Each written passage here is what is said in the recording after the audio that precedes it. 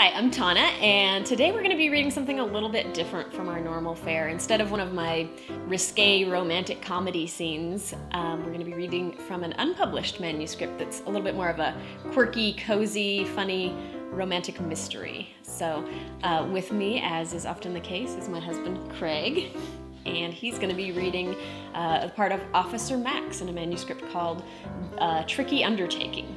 And since there are actually 3 characters in this scene, we've invited Miss Violet, age 10, is going to be reading some of the lines from a character named Paulette. So here we go. I pulled out the file with one hand and reached for the button on the intercom. Paulette, could you come out here for a second? Right away, Willie. I released the button and turned to find Officer Peters eyeing me curiously. Willie? He asked, his voice carrying a hint of amusement. It suddenly dawned on me that I hadn't yet introduced myself to Officer Peters. Cursing my own poor manners, I remembered for the 100th time why I'd chosen to work with dead people. Wilma Rising, I said, sticking out my hand. I noticed he didn't hesitate to grasp it the way Brad had. Everyone calls me Willie. I've been running Barstow Funeral Home for 11 years now. It's, nice, he said, clearly struggling to find the appropriate adjective to describe a mortuary.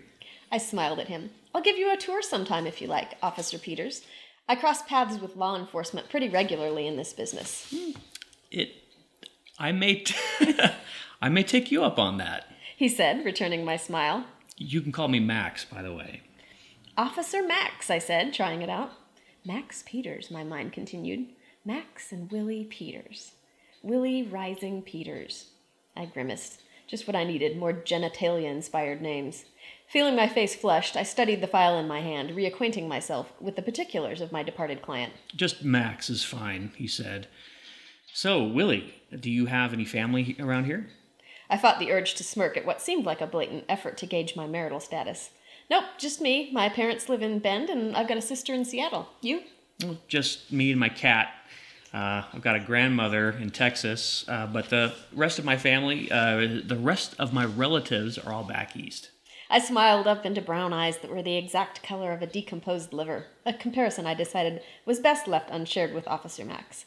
I was about to press for more personal information when Paulette came hustling around the corner, looking faintly disheveled.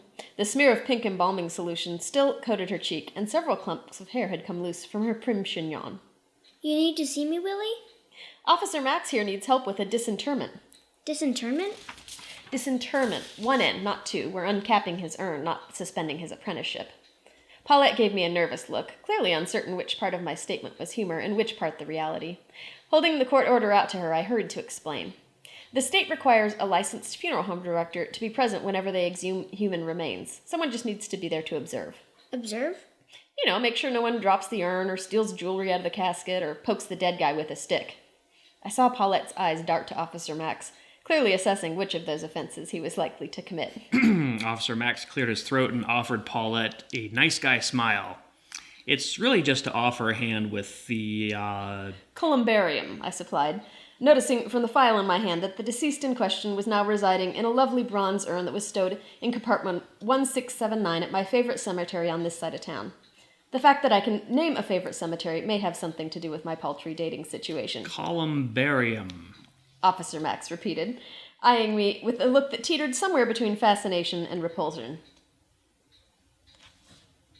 Oh, sorry, I was working on my look. We just need someone in your profession to be there in case we have any questions about how to open the container. So are you both ready to go? Yep.